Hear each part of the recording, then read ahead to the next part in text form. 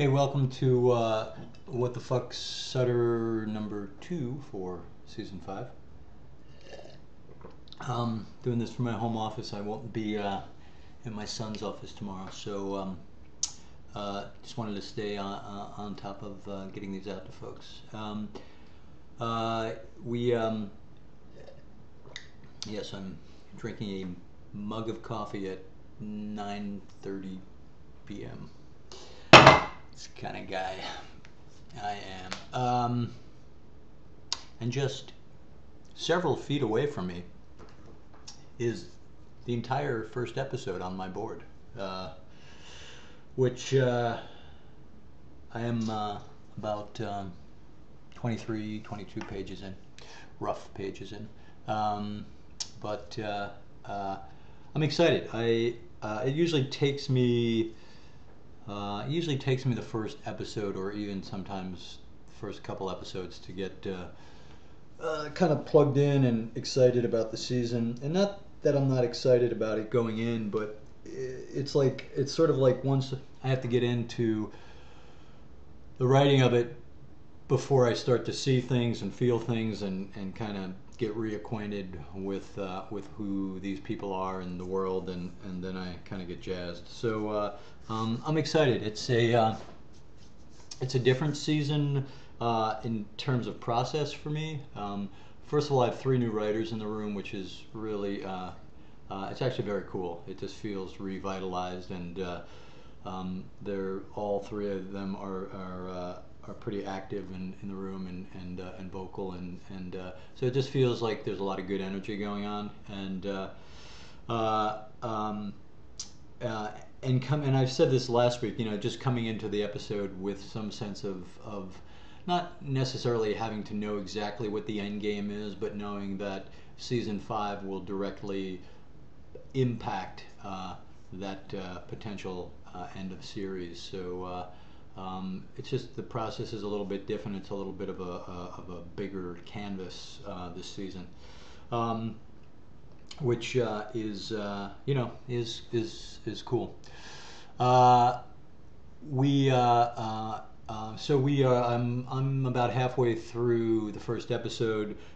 Regina started writing episode 502 today, and we started digging into episode 503, and the big arcs for that, beat those out sort of loosely today.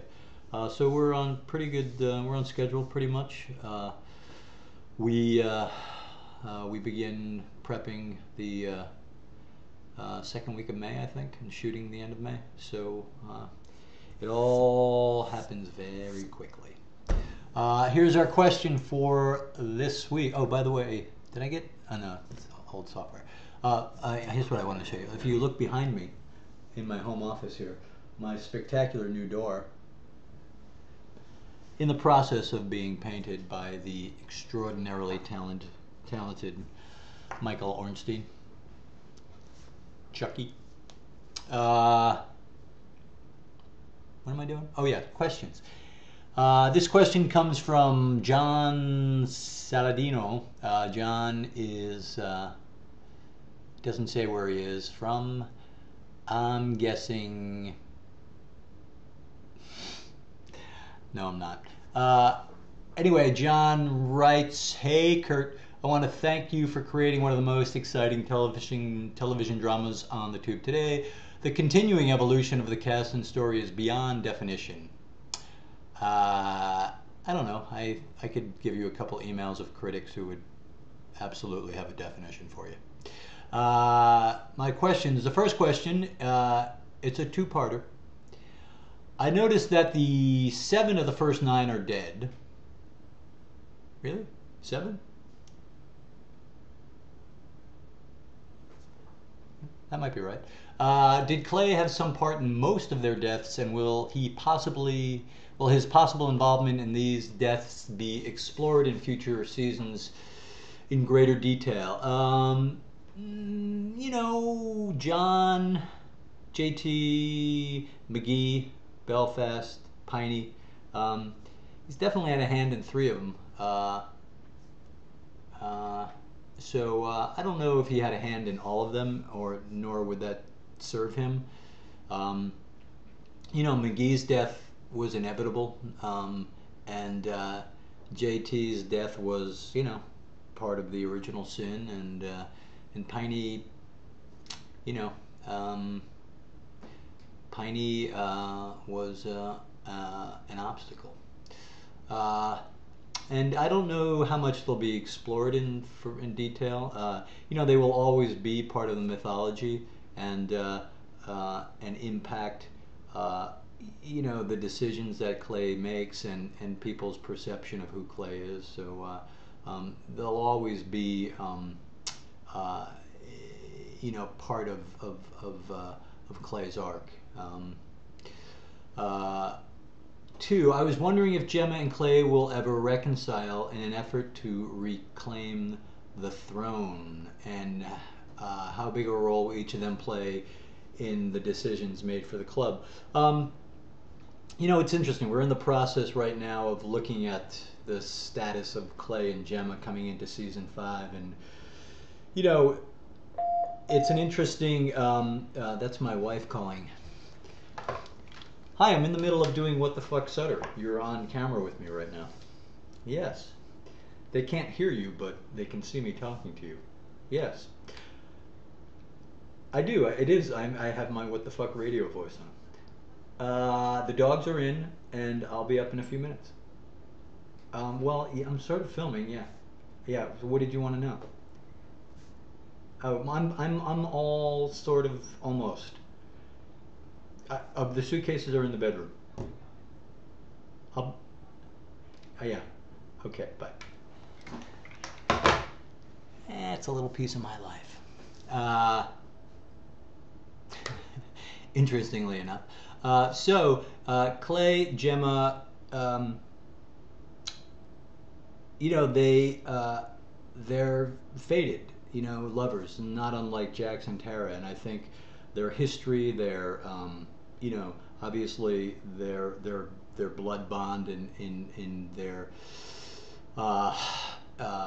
part in John's death, all those things, bond them on a almost like on a cellular level. And I believe that Clay was probably,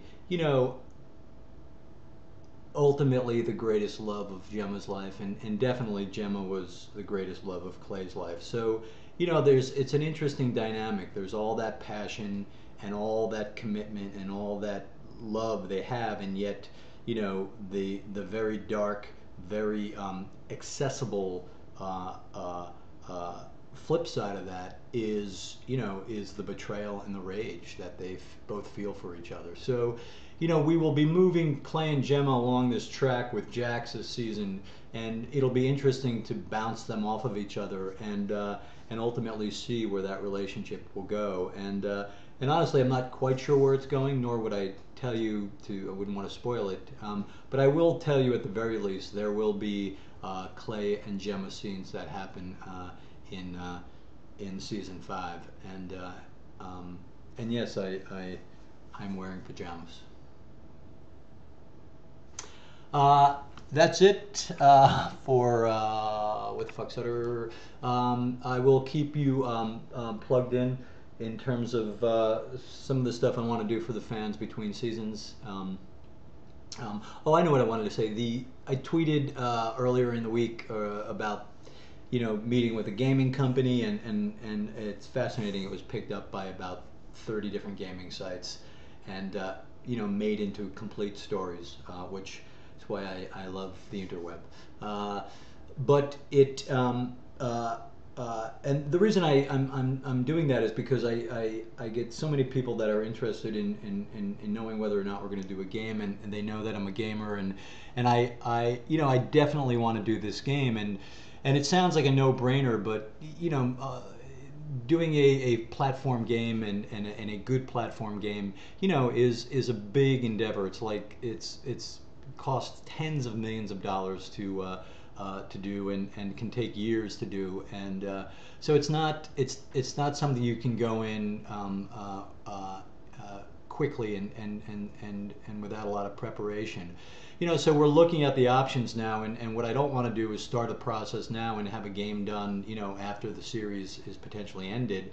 And yet I also don't want to crank something out quickly that's a piece of shit, like the Shield game, and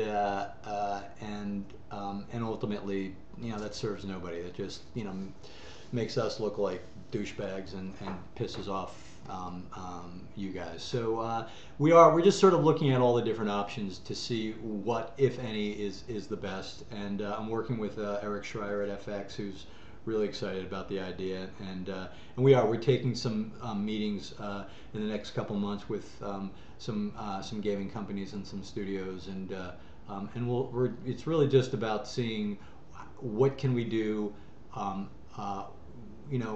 The costs and the timing of it, and if and what makes sense. So that's the deal. Thank you for paying attention, and we'll continue to do this for a very long time. Take care.